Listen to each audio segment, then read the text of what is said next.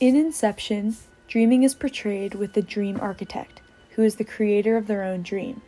The plot examines how people can enter one another's dreams and control aspects of their thoughts by planting ideas. In order to control others' dreams in this way, there are levels of dreaming that one must descend, which parallels with the actual science of the levels of lucid dreaming.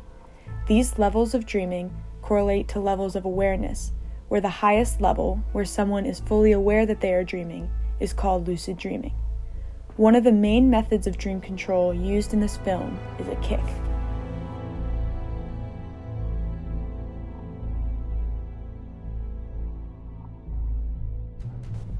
A kick is the action of awakening the subject or architect. This means an outside force or person has control when a subject or architect wakes up from a lucid dream. This is used multiple times throughout Inception as a way of controlling the subject. The character's main motivations in using lucid dreaming is to control and manipulate their subjects, as shown through the kick. Within the dreams, architects create the world while the subjects populate it with projections of their subconscious.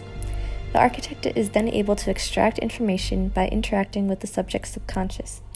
Aside from control and manipulation, lucid dreaming can be used as therapy to overcome fears and trauma, specifically through the use of exposure therapy.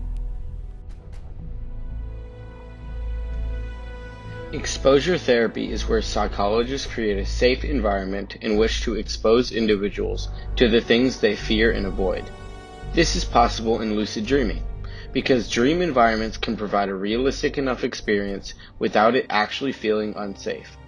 Individuals would be aware that they are not in the real world, so they may safely explore their fears without actually feeling threatened. If you could help someone who's having nightmares become lucid during that nightmare, then that gives them the ability to exert control over themselves or over the nightmare itself. This is extremely applicable when talking about soldiers who might come home with PTSD. Lucid dreaming also allows for a very freeing and expressive opportunity, where the subject can express their imagination in ways that the real world would not allow. Giving the user this free expression greatly enhances the user interface. Another good aspect of lucid dreaming is that little equipment is needed. The user is able to easily set up and enter a lucid dream. They are also able to easily differentiate their dreams from reality via their totem. And finally, one of the best aspects of controlling dreams is the difference in time. 10 minutes in the real world equates to around 10 weeks within a dream, meaning a user is able to experience a multitude of events within a dream.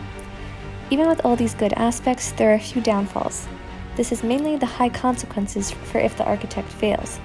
There are limitations on the architect. If the subject's subconscious notices too many changes, the projections will attack the architect. This can sadly lead to more pain and trauma. There's also the possibility that the subject will begin to confuse dreams versus reality, and in turn wish to stay in their dreams, as shown through the movie. But it is impossible to be present in reality when in a dream. They are forced to leave the people around them behind. The manipulation of someone else's dreams and subconscious thought, including forcing them into any level of dream, is a violation of their fundamental human right to autonomy and free thought, worsened by the fact that they may not be able to recognize the manipulation at all.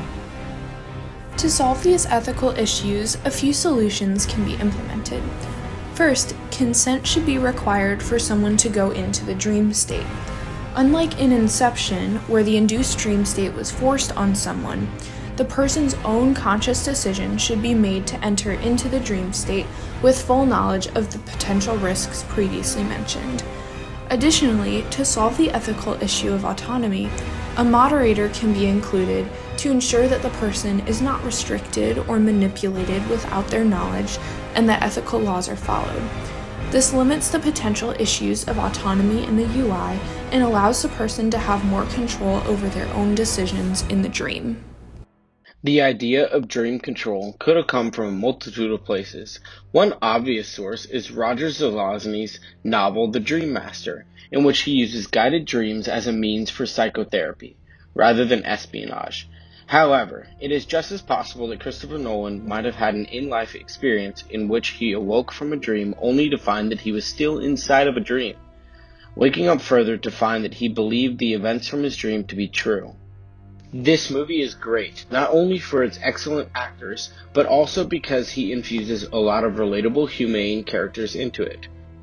Nolan likely used a mix of Zelazny's idea of shared dreams with an industrial espionage plot he thought of as a teen, for it is said that he came up with this idea at age 16. Already, there has been research and successful experimentation related to dream therapy, specifically for people suffering from PTSD and recurring nightmares, by incorporating progressive muscle relaxation, guided imagery, and lucid dream induction. However, these experiments were on a very small scale, making it worthwhile to do further research and experimentation on this topic, and perhaps extend it to treating people with behavioral problems or mental health issues such as anxiety and depression. The success rate in this field so far offers great promise for the future of dream therapy. While lucid dreaming has been explored and used in dream therapy, it is not yet possible to be with someone else inside a dream. With current technology, there are a number of multimodal virtual environments, such as VR headsets and augmented reality. As future technology starts to develop, it is possible that more integrated augmented reality will be designed and implemented that could potentially lead towards a UI centered on dreams. However, if the technological advances do reach this point, it might not be plausible for this UI to ever be implemented to the extent shown in Inception due to the ethical issues that would arise.